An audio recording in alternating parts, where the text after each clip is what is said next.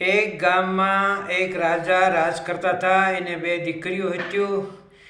એમાં મોટી દીકરી જે હતી જરાક અકડું હતી અને નાની દીકરી હતી એને બધા હારી ભળતું હતું. રાજાની છોડી હતી તો ગરીબથી ગરીબને પૈસાળી બધા હારી એને હારી હતી, એટલે ગામના લોકો એને માનતા હતા. એ જોઈને રાજાની મોટી છોડી એની માથે બળતી હતી. એમાં એક રાજકુમાર આવ્યો.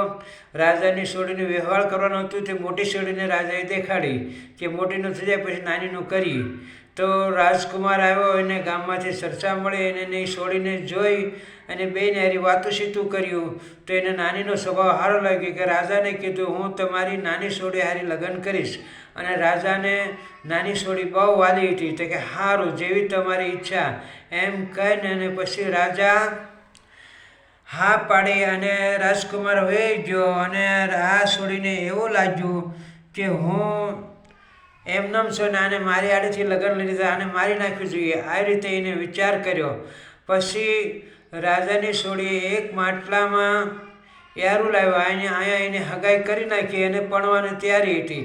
હગાઈ થઈ ગઈ ને રાજકુમાર ઘેરી ગયો કે જાન લઈને આવશું. એટલે આ છોડીએ એક માટલામાં મોટો યારું મૂક્યો અને મોટો યારું એના ઘરમાં મૂકી દીધો. પણ યારું છોડીને કળ્યો નહીં, એને બીજે ત્રીજેથી નીકળી ગયો. તો આ છોડી આશ્ચર્ય પામી ગઈ કે એની પથારીમાં યારું મૂક્યો તો એને કળ્યો નહીં, કારણ કે આ છોડી હંમેશા એકાદશીનો ઉપવાસ કરતી હતી અને ભગવાન શ્રી કૃષ્ણને બહુ માનતી હતી. એના ભક્તિનું તપ હતું અને આવી રીતે કર્યું. પછી ફરીને એને એવી કાંઈક ઉક્તિ કરી કે આને હું મારી નાખું એમ કરીને કૂવામાં પાણી ભરવા જઈ બેનું. તો કૂવામાં પાડી તોય ભગવાને એને બચાવી લીધી, બહાર નીકળી. ત્યારે આ છોડીએ એને પૂછ્યું મોટીએ ફોલાઈને કે બેન તારું મોત કેમ નથી થતું? તો કે બેન તું ગમે એટલું પ્રયત્ન કરીશ, હું કાંઈ મરવા જ નથી. તો કે તારું મૃત્યુનું કારણ શું છે? તારે નાની છોડીએ એમ કીધું, એ ભોળી હતી ને હારી હતી કે જે કરશે મારો ભગવાન બચાવશે. તો એને હાચી વાત કરી હતી કે મને ગુરુદેવોએ વચન આપ્યું છે કે પોપટના ઓલામાં મારો જીવ મેં મૂક્યો છે અને એના ગળામાં હાર છે. એમાં મંત્ર બોલ્યો છે, એ હાર એના હાથે પડે નહીં. અને એ હાર લઈને જો પોતાના ગળામાં કોઈ નાખી દે તો અહીંયા હું બેહોશ થઈ જાઉં, પણ મરું તો નહીં જ તે. આવી રીતે કર્યું. ત્યારે ઓલી છોડી સાંભળીને વહી ગઈ. આ નાની છોડીને વિચાર આવ્યો કે મારી બેનને મેં હાચી વાત કરતી હતી, કદાચ મને આ એવું કરશે તો. એટલે એને એના બાપને કીધું, બાપ હું મરું ને તારે મને તમે બાળવા ન લઈ જજો ડાયરેક્ટ, તમે મને આપણા જૂના મકાનમાં સીધી ખાટલા પર હુરાઈ દેજો અને તમે એને જો આવશો નહીં. પછી જે થાય એને બાપ કે એમ કેમ કરે બેટા, કે આ તો સમયનો કોઈ ભરોસો નથી એમ કહીને પિતાજીને વાત કરી. પણ એ રાજકુમાર ભણવા હાટો આવ્યો એટલે આ છોડીએ જઈને અને એ પોપટને મારી નાખ્યો અને એના ગળામાં જે હાર હતો પોતાના ગળામાં પહેર્યો. એટલે આ 3 ફેરા ફરતા છોડી બેહોશ થઈને પડી ગઈ. એટલે બધાને કોઈને ખબર ન પડી. રાજાનીને મહેલમાં લાવ્યા. મહેલમાં લાવીને જોયું અને મોટા વૈદિકને બોલાવ્યા. તો કે ભાઈ તમારી છોડી મરી નથી અને જીવતી નથી, અધમરી થઈ ગઈ છે. એટલે રાજાએ એને જૂના મહેલમાં જઈને મૂકી આવ્યા અને વિચારવા પડી કે હવે શું કરવું, રાજાને શું જવાબ દેવો. ત્યારે મોટી છોડી એમ કીધું, બાપા બેનની બદલીમાં હું પરણી જાઉં અને તમારું વચન રજાઈને કે ગામમાં દેકારો થઈ જાય છે. એટલે રાજાને વાત સારી લાગી. રાજાએ મોટી છોડીને તૈયાર કરી અને નાની છોડીને લુગડા પહેરીને એને પરણાવી દીધી. રાજકુમારે ઘેરે જઈને જોયું તો એને ઓળખી ગયો કે આ મારી નાની છોડી લગ્ન કરવાનો તો એ નથી, આ એની મોટી બહેન છે. એટલે એને હારી બોલતો ચાલતો નહોતો અને વિચાર કરતો હતો કે આ અચાનક આ થવાનું કારણ શું છે, પણ આનો હું પત્તો લગાડીશ એમ કે રાજકુમાર બધે ગોતણીએ નીકળ્યો કે આનું કારણ શું છે એ મારે જાણવું છે. ત્યાં હું રાજાને નથી કહેવું, મારા હારાને. અને અહીંયા આ છોડી ખાઈ પીને મોજ કરતી હતી, પણ રાજકુમાર એની વાત નહોતો કરતો. પછી આ રાજકુમાર ભગવાનના પ્રતાપથી એકાદશીનો ઉપવાસ કરતી હતી આ છોડી. એટલે એના પ્રતાપથી આ રાજકુમાર અચાનક ફરતો ન્યાયાવતીનો ઘોડો એ રાજાના મહેલ આગળ આવીને ઊભો રહી ગયો. આગળ હાલ્યો નહીં. તો એ હેઠો ઉતર્યો અને જોયું તો કે મારા હારાનો જૂનો મહેલ છે એમ કહીને જોવાઈ ગયો. સૈનિકને મળ્યા તો કાંઈ તમે શું કરો છો? કે રાજાની નાની દીકરી ભર્યા મંડપમાં કે બેહોશ થઈ ગઈ હતી, એને અહીં હુરાઈ છે, અધમરી થઈ ગઈ છે, નથી બોલતી નથી ચાલતી. અને એની બદલીમાં એને મોટી છોડી પરણીને રાજકુમાર ડાયરી મોકલાવી હતી. આ બીજા વેમાં આવ્યો એટલે આ સૈનિક ઓળખી ન ગયા.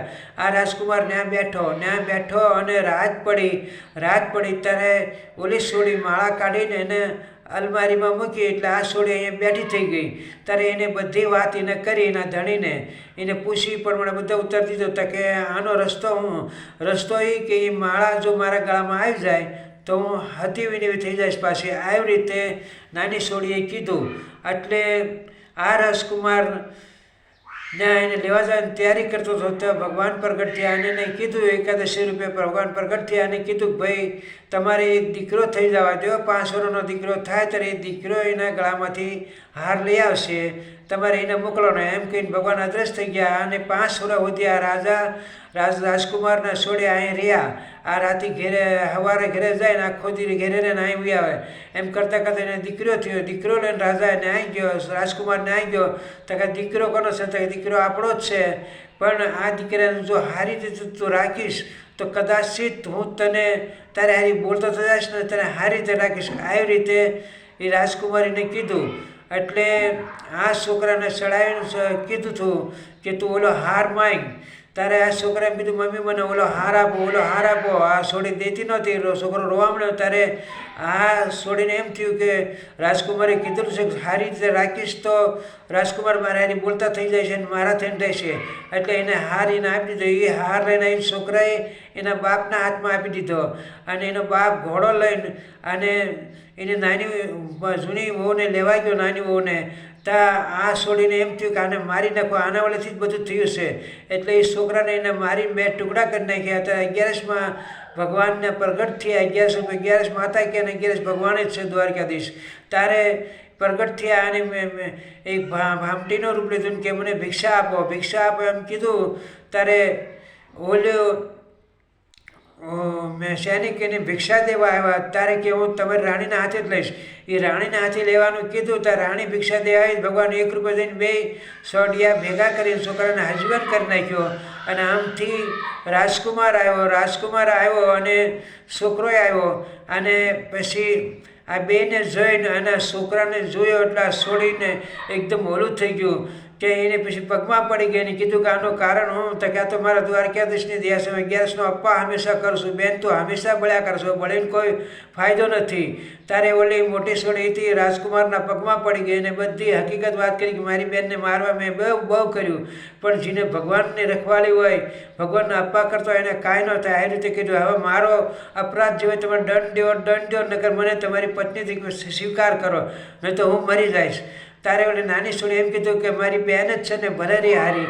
એમ કહીને 2 બહેનો હારી રહ્યું અને તેણે મળે ને 11ના અપાસ ચાલુ કર્યા અને ભગવાનની ભક્તિ કરી. તો ભગવાનની ભક્તિ કરે એનું આવું ફળ છે. જય દ્વારકાધીશ. આ સત્ય વાત છે, ખોટી નથી. 11ની વાત છે. જય દ્વારકાધીશ.